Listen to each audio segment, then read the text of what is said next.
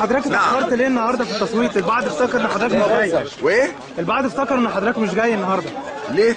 اصل حضرتك اتأخرت يعني طيب يعني تعليق حضرتك في وقت معين النهارده البعض قال ان مؤتمر حضرتك هو نقد لفتره الصمت الانتخابي. كان لازم بسبب ان في اساءة بالغة من ناحية انك عيان، من ناحية انك مش قادر تيجي، من ناحية انك كان لازم الناس تتكلم معاهم.